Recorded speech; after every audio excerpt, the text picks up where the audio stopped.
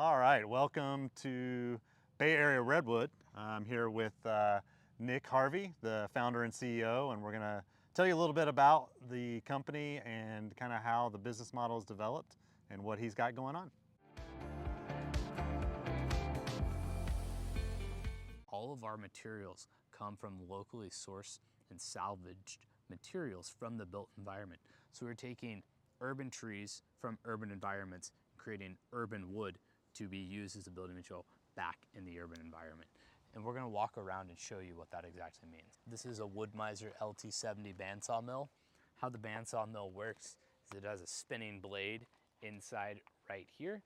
It'll go through and we'll start to cut off the outside round pieces, ultimately to get square stock like this dimensional lumber laying down right here. We have a deodar cedar log up on it.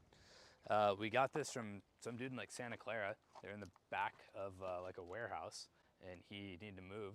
You can see it's a pretty old log because the bark's falling off. You can see some dry rot in here. The guy just needed to get rid of it. So what was his trash then became valuable raw material for us. Tell us a little bit about how you got started with Bay Area Redwood to begin with. What was your inspiration? Absolutely. So one day, I saw trees being thrown away and I just thought that was absolutely crazy. It is crazy. Right? And Yeah. so I had them delivered in front of my house. I had some guys come out with a sawmill, actually the same model as this one. And I turned some trees into wood, started selling wood on Facebook Marketplace and Craigslist, and just selling slabs. We do much different things now, but that's really the beginning story. I thought, how crazy is it that we throw away like a redwood tree and not make it into wood? Yeah. And so maybe speak just a little bit more to that, that what you learned from them was that a lot of that wood was literally thrown away and not even used for mulch or things like that. Often it was like to the landfill. When a tree comes down, right, technically, per SB 1383 or Senate Bill 1383, there's a new law that says we got to keep organics out of the waste stream. The reason for that is so that essentially they don't decompose into methane, a very potent greenhouse gas. However, not everyone follows that rule, unfortunately. And the people that take down trees actually just want to get rid of the trees. They actually don't want them, which is kind of this irony. So it's this kind of market arbitrage. So you might often see that it says there's free wood chips, right? And that just means that they want to get rid of the trash, right? That saves them money. Places that typically would take those logs or wood chips, sometimes it'll become mulch, which is a use, but it's not the highest and best use. In other cases, it can go to what's called cogeneration, where it's burned for energy. Granted, it's not decomposed into methane in that case if it's thrown into the landfill where it decomposes with all other matter, but it's not a very efficient way of creating electricity, and you have all the emissions with moving it back and forth. And so our process is ultimately to take those logs and create locally sourced green building materials. Yeah. So tell us a little bit about your early business model. How were you sourcing? How were you building? What were you doing? So yeah, these are what are called seconds, or some of the offcuts that are coming off the mill. So I was essentially just selling pieces of wood like this. I'd dry some of them, and then what you realize is that you saturate the market pretty quickly. And there's only so many people that want to buy an unfinished slab of wood. So then you start to do finishing. And then you start making tables and you're like, oh, well, you can sell a finished piece for 5 or 10 times as much as an unfinished piece. But then what you begin to realize is that's actually a totally different business model. You become from someone that is supplying or selling materials to a company that fabricates and finishes. And so over the past 5 years since I founded the company, we've done a lot of different things. And where we're really at today is we have kind of, I'd say probably about 3 core places that we're doing products. One is in lumber, and that lumber could be rough sawn or various degrees of finishing, so it's really just core building materials. Number 2 is basically big sculptural large pieces of wood. Just to kind of pan back over here are some chairs that we're making. That also includes big blocks of wood like you see in the background, so really monolithic timbers, right? And the third is actually services. And you're like, well, what do you mean services? A lot of what we do uses existing types of companies, whether it's tree removal companies or demo companies or milling companies or haulers or this or that. And we're taking an existing framework and way of doing things and doing the actions in a smarter way to create more value. So the same actions that would destroy something, if you just change the pieces of equipment, you then can instead create value and see that used as a locally sourced green building material rather than as mulch, or even worse, something that ends up as carbon in our atmosphere. Yeah, very good. And so you spoke a little bit to your early business model and also kind of what you're doing now. You present yourself, and you very much are a circular business, right? So first, maybe just a couple of your thoughts on Bay Area Redwood as a circular business. Yeah, absolutely. So it turns out that the tree company that brings us their logs, Hamilton Tree, one of their subsidiary companies called EcoMulch, typically their process would be to turn logs into mulch. But it turns out that that's actually not really all that efficient of a process. And similarly, they just are a large mulch company, and their mulch is green and good, and they have all these different products. But it's actually better for them as a business model to bring us logs. And it turns out that back behind the mill over here, you'll see a little bit of green waste. So when Hamilton brings us their logs, we actually backhaul the green waste, which then becomes eco-mulch. So instead of taking the log and then using a large excavator to smash it up into small pieces and then put it through a grinder, we put it through a mill, we make some wood, and then we get some other small pieces, which then become the eco-mulch. And so there's actually a lot of mulch that's out in the world. So sometimes they have too much, sometimes they have too little. So it's always this kind of equilibrium. And we actually become almost like a store of carbon in that sense. And that is actually the living embodiment of a circular economy. We have people that reach out to us that want to have trees removed. We make the introduction to Hamilton. This is our partner who removes the trees.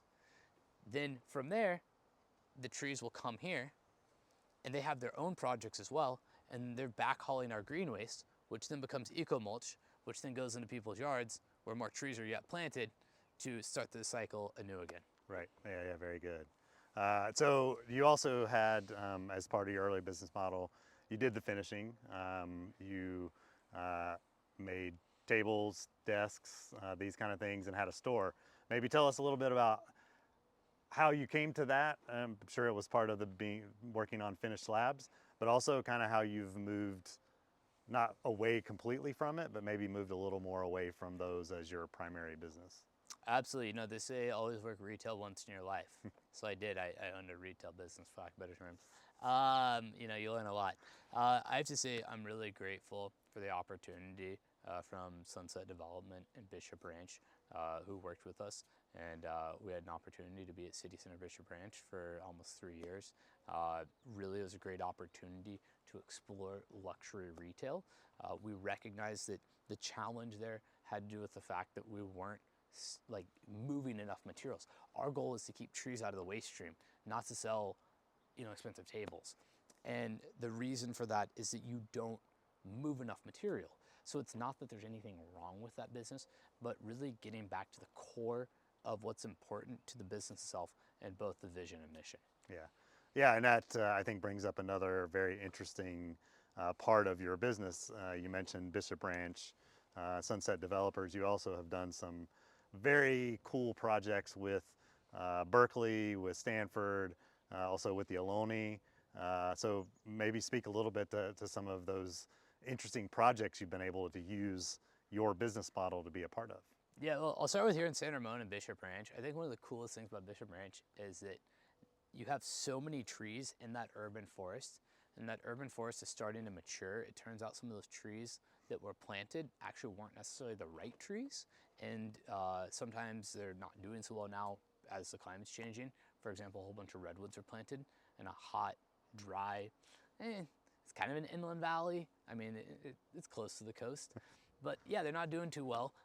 As we came off many years of drought, I mean, they're doing better now with rain, but it turns out they don't do well with recycled water. So if you try and make an advance in one area, and so what I love about Bishop Ranch in particular is how many trees are there and the strategic vision of really the whole entire team at Sunset and really this entire master plan and how many trees we're going to be able to recycle in the coming years. I'd say we got probably about 200 to 300 trees so far between BR6 with Summerhill Homes, BR1A, which is Belmont Village. Most recently, about 80 trees with Chevron. So Bishop Ranch is great, and just because of how many trees in one community, I'd say. Recently, we did a project with Stanford. We took some trees from outside of the King's Coat building and put those pieces back in front of the building, as well as all throughout the campus. That was really exciting. Shoot, I mean, where do I even begin? There's too many. Yeah. Cafe Linnet was a really great opportunity at UC Berkeley. So everything, all the redwood pieces were sourced within 50 miles for that project site, which was really important, in particular for the hyper-local sourcing and the cultural significance. We recently did a 8-foot diameter helicopter removal and mobile milling on site at the UC Berkeley Botanical Garden. We did a project at UCSF over at the UCF Benioff Children's Hospital with a black acacia, as well as a few other species. And as we're talking, we actually have some of that helicopter wood back over here. You can actually see where the shear is, and particularly where it fell off, whereas on the news view, step back over there, and where the tree literally fell apart. And so it actually fell on top of this buckeye tree, and this buckeye tree shattered, which is kind of cool. I mean, it's not cool, but you can see the shatter inside this tree of where that tree.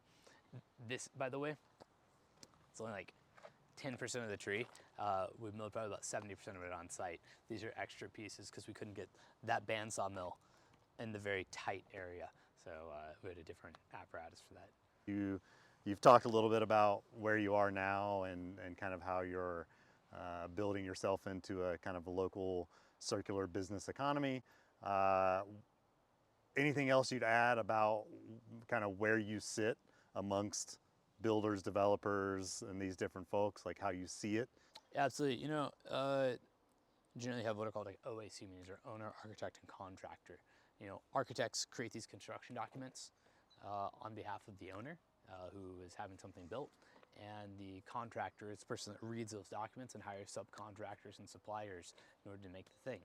And there's a very rigid framework, in our opinion, and I believe that rigid framework, it's there to create a process in order to make the thing get built, but that doesn't mean that it's the best process. And for example, why not take waste created at the beginning of pre-construction activities, like tree demolition, and instead turn that into wood that goes back into the project? To me, that seems obvious. To others, it's almost a sort of like, it's a great idea, but how do you do it? And that's really what we specialize in, is we make that happen. Right, right. Yeah, no, I know you've done a couple of projects with some companies that wanted to have that wood that they had to take down, kind of put back into what they were building or UC Berkeley developing. Gateway So, Project. We have some material on the other side. It's a brand new building. It's going to be on the north side of campus.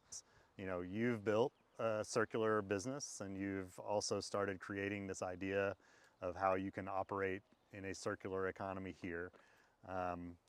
Give us Nick's thoughts, Nick's inspiration. How do we move other businesses, other parts of our economy in that same direction? What do we need to do? You know, seriously, I think you should just try and find entrepreneurs that want to make a difference, right? And you have to care. People tell me I'm passionate. Maybe I am, maybe I'm not. I just think it's obvious. Like, I don't know why we're not doing this. And so I think you have to have someone that thinks this is a problem and that really cares and wants to solve that problem. And it blows my mind every single day. I don't understand why we'd be throwing away trees. I mean, in financial terms, it's classic market arbitrage. You have what someone sees as waste, and I see as a valuable raw material, and I'm able to acquire that, and I have the infrastructure and the knowledge of how to process that and extract value. It sounds like I'm a capitalist when I say that, but ironically, I think that we don't live in a truly capitalist society, because if we did, then we wouldn't be throwing away all of these materials that still have value. I think that we live in a society that has a lot of consumption, and therefore it's very simple and easy to do things. And so to me, it doesn't actually make sense why we wouldn't take those materials and actually extract the value, which would then leave further value for our forest. How do we engage more people? I think that we create environments where people have this intellectual curiosity and creative thinking to say, hey, this is a problem I see, and I know this one thing, and I can solve this one problem by applying this way of thinking. And in terms of circularity, I think you need to find other partners and really just be a connector of different things. Right. Yeah, no, very insightful and very well thought and said. I appreciate it, Nick. And thanks again for sharing the story of Bay Area Redwood and a little bit of inspiration for today and the future. So Absolutely. thanks a lot. Thank you so much, Jimmy. Yeah.